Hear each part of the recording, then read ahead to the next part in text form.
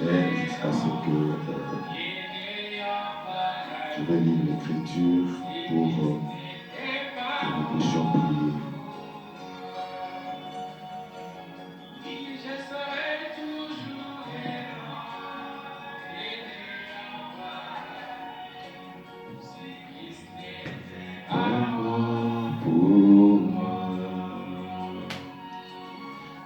L'amour de Dieu pour moi, l'amour de Dieu pour moi est si grand.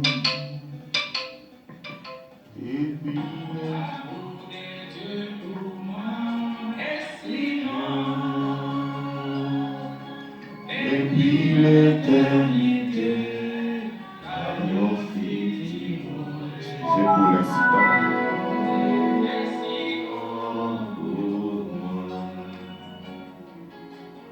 Depuis l'éternité, nos futurs, l'amour de Dieu si grand pour moi. Je suis heureux pour Christ, je suis heureux pour Christ, en moi.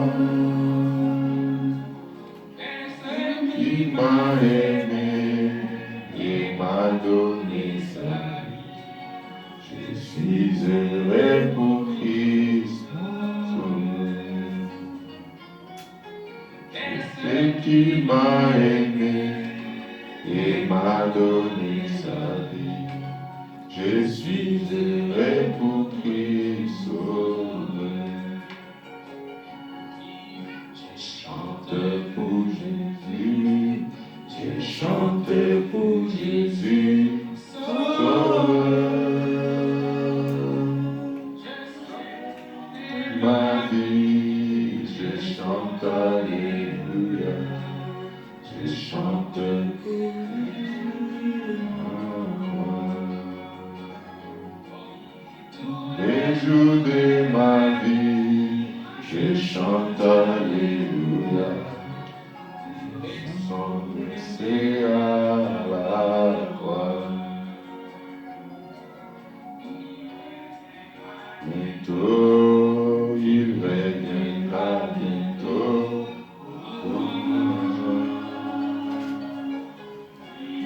Préparez la téléphonie. Jésus revient bientôt pour moi. Préparez la place pour son épouse. Jésus revient bientôt pour moi.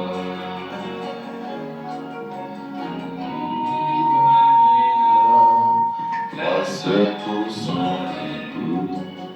Jésus revient bientôt pour moi. Je vais faire une pause, on lit l'écriture et puis on va continuer. Nous prenons Matthieu 21.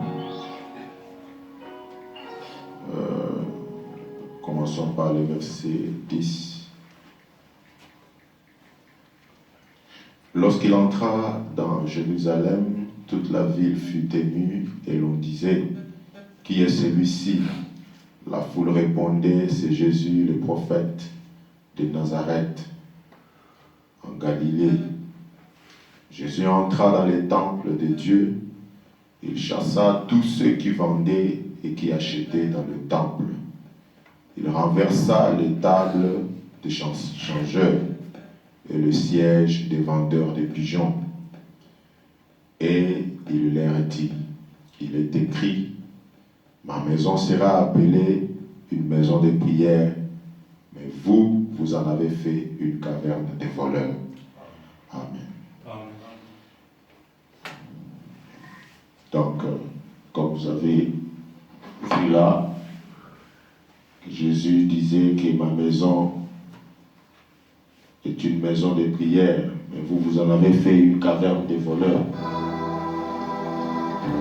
C'est Jésus, chaque fois qu'il parlait du temple, vous le savez que l'enseignement de Frère Branham et la Bible démontrent que le vrai temple de Dieu, c'est le corps humain, c'est l'homme. Et s'il y a une maison qui doit être appelée une maison de prière, c'est l'homme. C'est celui-là le véritable temple, la véritable demeure de Dieu. C'est elle qui doit être la maison de prière. Et nous voulons ce soir que Dieu nous vienne en aide pour que nous puissions tenir, ne fût-ce que quelques instants dans la prière. Pour cela, je vais lire quelque chose que Branham dit. C'est comme lorsqu'on se trouve au bord de la mer. Il dit, dans quel fais-tu ici? De 59. Il dit, lorsqu'on se trouve au bord de la mer. Je parlais à des frères à Porto Rico il y a quelques semaines, lorsque j'ai vu la grande mer et un gros orage. Les vagues étaient plus hautes que ce tabernacle. Et j'ai dit, vous savez quoi? Il y a une seule goutte d'eau. Il n'y a pas une seule goutte d'eau de plus que lorsque cette mer est tout à fait calme. Mais tout se remue, ménage et ces soubresauts, qu'est-ce que ça signifie? Cela fait sortir toute la saleté qui s'y trouve et la rejette sur la rive. 56. C'est dont l'Église a besoin. L'Église a besoin d'un réveil, afin de la débarrasser de toute la mondanité et de toutes les choses du monde. Et que cela ramène la pureté, que cela ramène la sainteté de Dieu dans les cœurs des croyants. On dit que cela ramène l'humilité dans le cœur des hommes. Il dit, eh bien, les hommes, pour se satisfaire, ils n'ont pas un réveil de temps à autre dans leurs esprits. Ils deviennent tellement charnels et tellement indifférents jusqu'à devenir prétentieux, guindés, imbus de leur propre justice. Nous pensons toujours que nous avons raison.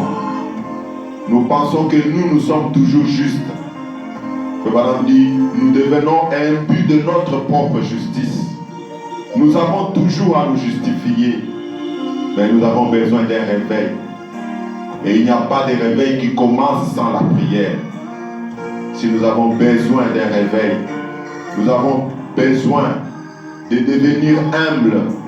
Nous avons besoin d'avoir la sainteté au-dedans de nous.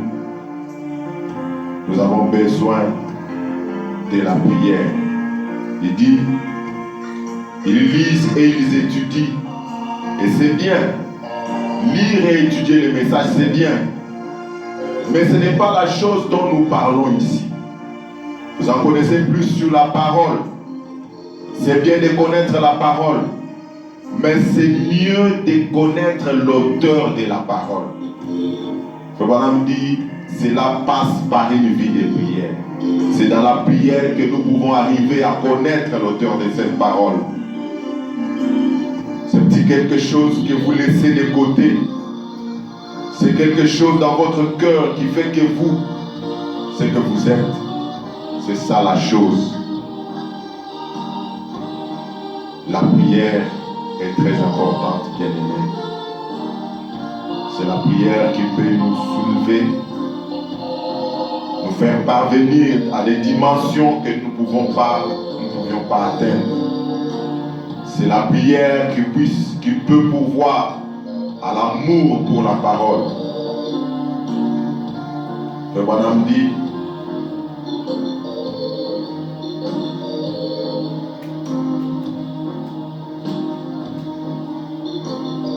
il dit dans Christ est révélé dans sa propre parole, au paragraphe 163. Il dit en tant que des sujets, ces sujets, nous devons dans notre marche rester en liaison étroite avec l'auteur. Nous avions vu que l'auteur de la parole, c'est le Saint-Esprit. Nous avons vu que l'auteur de la parole, c'est Dieu lui-même. C'est lui qui a inspiré à Moïse pour qu'il écrive l'Ancien Testament. C'est lui qui a inspiré à Paul pour qu'il écrive le Nouveau Testament. C'est le même Saint-Esprit, la même colonne de feu, le même ange du Seigneur qui aujourd'hui en ces temps d'histoire est venu pour interpréter la parole, la Bible, qui a conduit les messagers William Branham. Et Frère Branham dit en tant que ces sujets, nous devons dans notre marche rester en liaison étroite avec l'auteur pour pouvoir comprendre, pour qu'elle puisse nous révéler. Oh Dieu, que veux-tu que je fasse? C'est la question que nous devons lui poser dans la prière. Dois-je aller dans les champs de travail prêcher l'évangile ou dois-je rester à la maison? Peu importe ce que c'est, je dois être une bonne ménagère. Si je dois être une bonne mère, si je dois faire ceci, cela ou autre chose, quoi que ce soit, si je dois être fermier, peu importe ce que c'est, Seigneur, que veux-tu que je fasse? Frère Branham dit c'est la meilleure question que nous devons lui poser. Et cette question, nous la lui posons pendant que nous sommes dans la prière. Il dit, je pense que c'est là un bon mot de conclusion. Seigneur, que veux-tu que je fasse? Tandis que je vois maintenant cette écriture révélée d'une façon si parfaite, Seigneur, que veux-tu que je fasse? Nous avons vu comment Dieu a accompli des choses avec Moïse. Comment Moïse s'en est allé, Josué a pris sa place. Comment Josué est resté fidèle. Comment William Branham est venu comme Moïse d'autrefois. Il a accompli de grandes choses sans l'ombre d'aucun doute. C'est un prophète comme tous les autres prophètes de la Bible.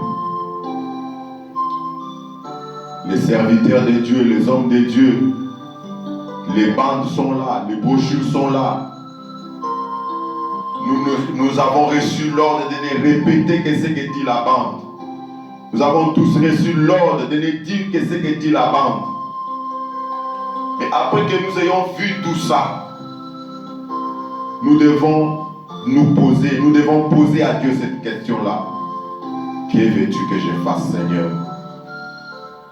Frère Branham dit, je demande à tous ceux qui sont ici de sonder leur cœur maintenant et de se poser la question, Seigneur, que veux-tu que je fasse? Et ceux d'entre vous qui sont encore reliés par les lignes téléphoniques un peu partout dans les pays, inclinez la tête et demandez, Seigneur, que veux-tu que je fasse? Voyons que nous sommes ici dans les derniers jours et dans les dernières heures, que tout cela se présente devant nous, si parfaitement révélé d'une façon si claire. Mais Seigneur, que veux-tu que je fasse? Et cher Dieu, pendant qu'il te pose cette question, Frère Branham est en train de prier maintenant pour nous. Pendant que nous sommes en train de nous poser cette question, Frère Branham dit à Dieu, je me la pose aussi devant toi. Que veux-tu que je fasse, Seigneur? Comme je suis bien conscient qu'il me faut rendre compte de chaque jour.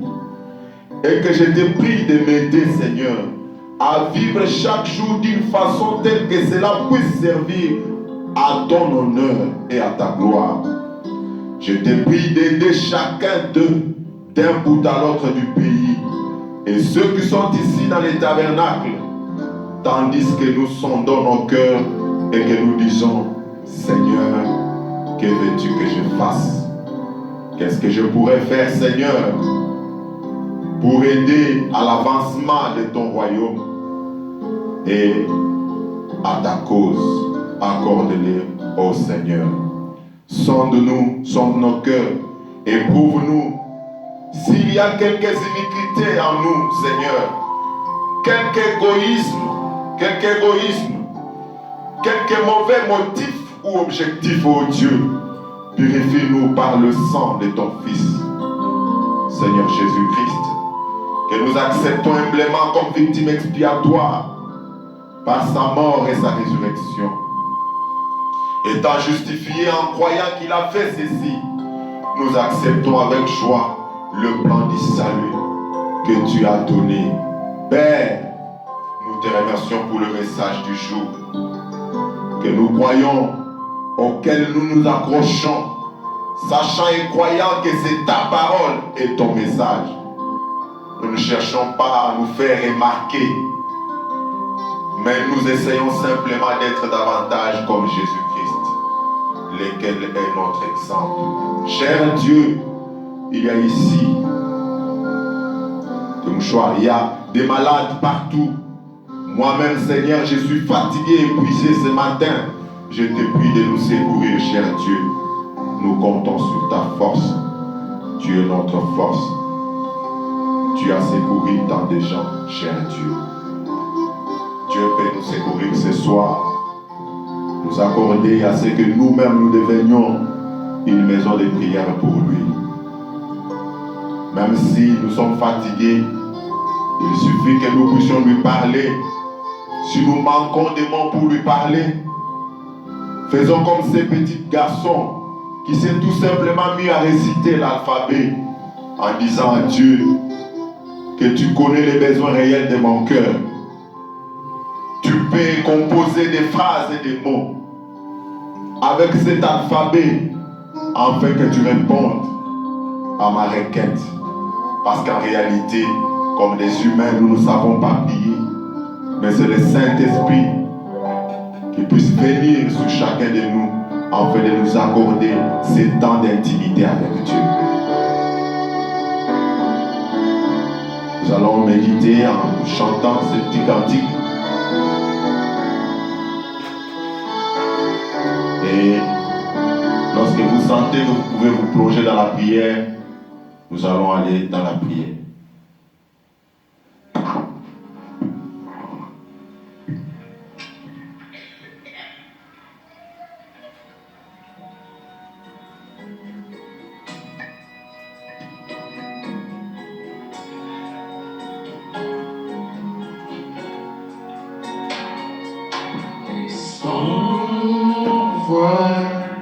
Notre joie, nous qui en le Seigneur, joignons au chant un doux accord, joignons au chant un doux accord, et en vie,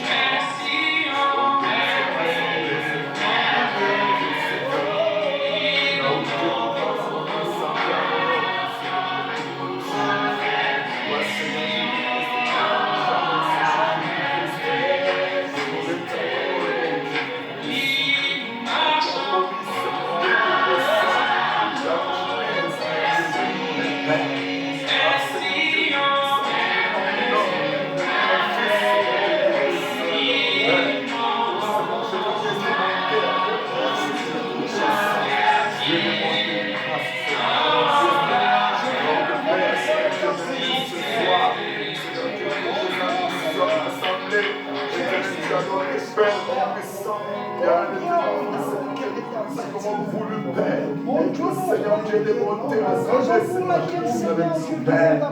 Mais voilà, Seigneur Dieu, Dieu puissant, Seigneur Dieu, bien-aimé Père, qui célèbre le Seigneur Dieu, oh Dieu, péché, Dieu tout puissant. Mais oh Dieu, bien-aimé Père, nous venons à toi. Seigneur Dieu, nous attendons à toi, oh Dieu. Priez à toi. Afin que tu nous donnes, oh Dieu, de la paix. Je laisse que tu sois c'est ta Seigneur Dieu, le Seigneur de l'évêque. Oh Dieu, puissant, afin que Père, Dieu de grâce, tu te verses, Seigneur Dieu, de toi. Je veux lever grâce, Père. Seigneur Dieu, ton peuple, Seigneur Dieu, chaque enfant de Dieu, Seigneur Dieu tout-puissant, chaque frère, afin que Dieu de grâce et de grâce, Seigneur Dieu, oh Dieu de grâce et de grâce, ce véritable moment de l'éveil, Dieu tout-puissant, Seigneur Dieu, me lève tes cuisses, et Seigneur, oh Dieu, tout-puissant, ce véritable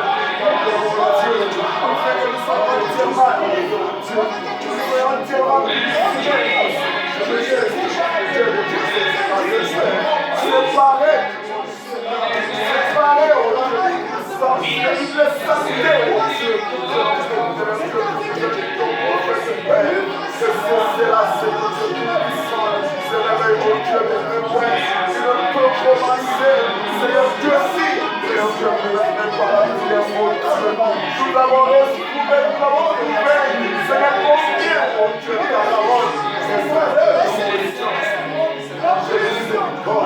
oh Dieu, la révélation, Seigneur Dieu tout-puissant, le seul salut de notre Père, Seigneur Dieu, qui est réel, et que tu as réellement montré,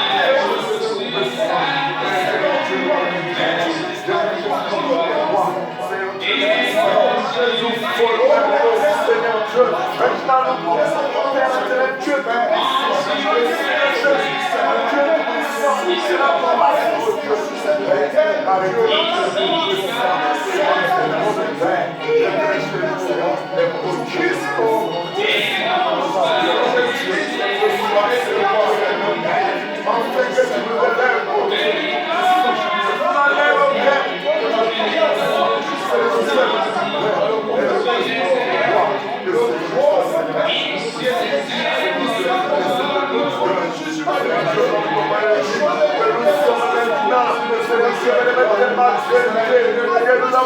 avons fait ta maison belle, une caverne, et que personne ne pouvait penser, Seigneur Dieu, ce sont Seigneur Dieu, le Père, Seigneur Dieu, tout seul. Seigneur Dieu, ils ne t'adorent pas, ils ne sont pas, Seigneur Dieu, tout-puissant, Dieu tout-puissant, tu as donné ces moments, Père, en fait, nous, la gloire au Dieu, pour que nous puissions nous plonger, Seigneur Dieu, la prière au Dieu tout-puissant, rencontre-le, Seigneur Dieu, Père, viens de ma Seigneur, Seigneur Dieu, nous tombons, Seigneur, au Père, Seigneur Jésus, peu le nom des enfants, nous nous réjouissons par le salut, tu le fais dans nous,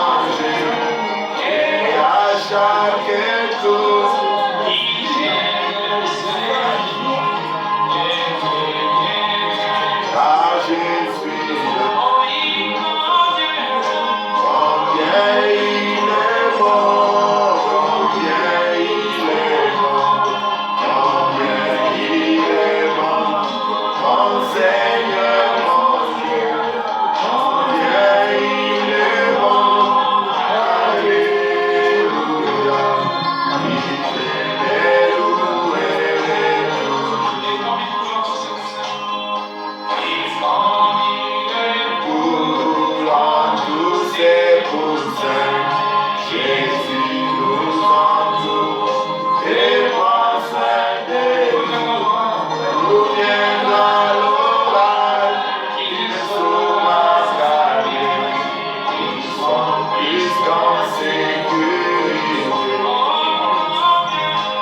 Combien il est bon, combien il est bon, combien il est bon, mon Seigneur, mon Dieu, combien il est bon, alléluia,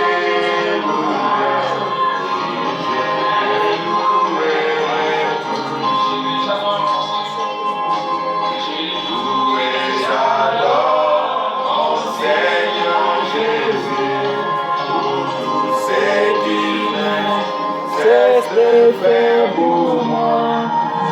J'aime y compter ses nombreux bienfaits.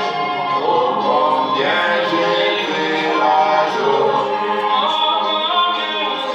Combien il est bon, combien il est bon, combien il est bon, mon Seigneur, mon Dieu, combien il est bon, alléluia, oui je l'ai loué toujours.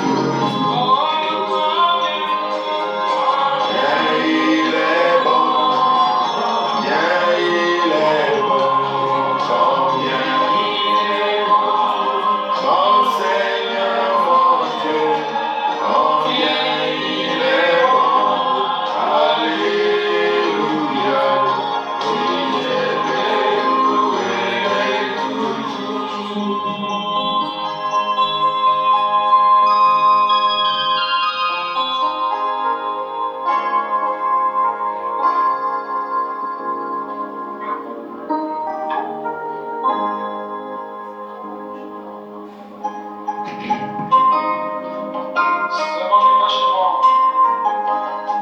Seulement n'est pas chez moi. Je suis juste impatient.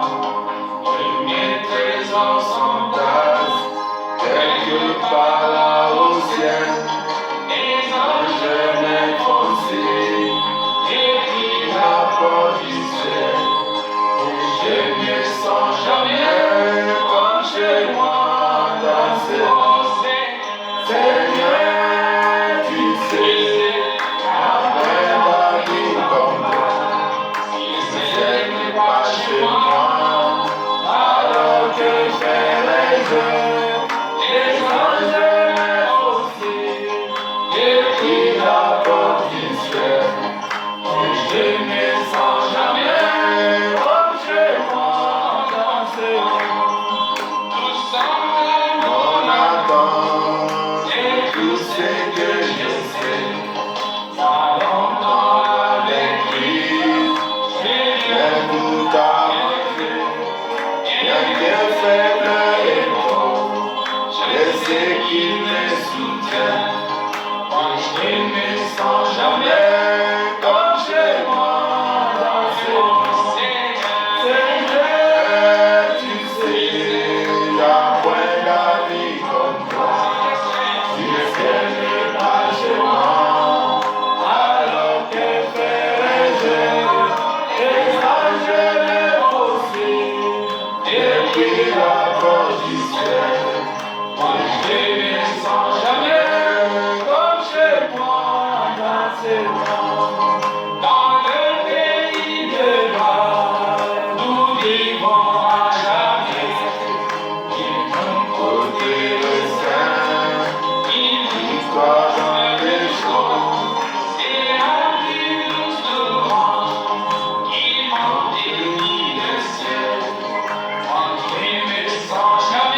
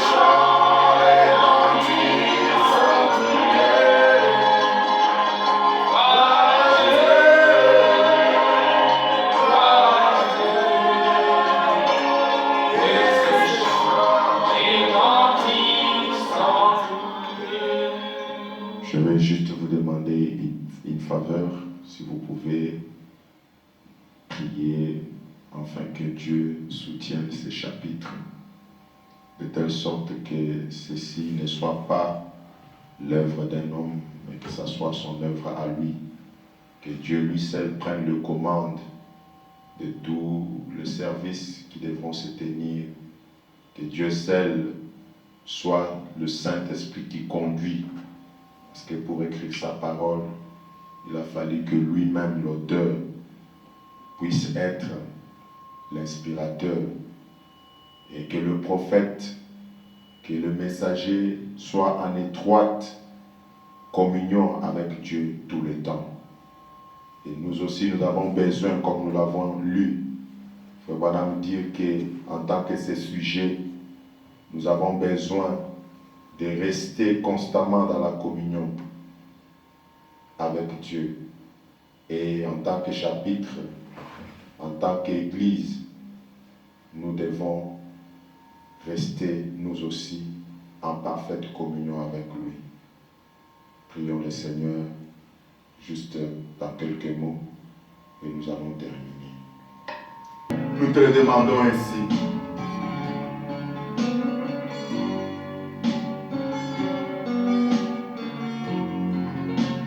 Cette prière de Frère Balaam,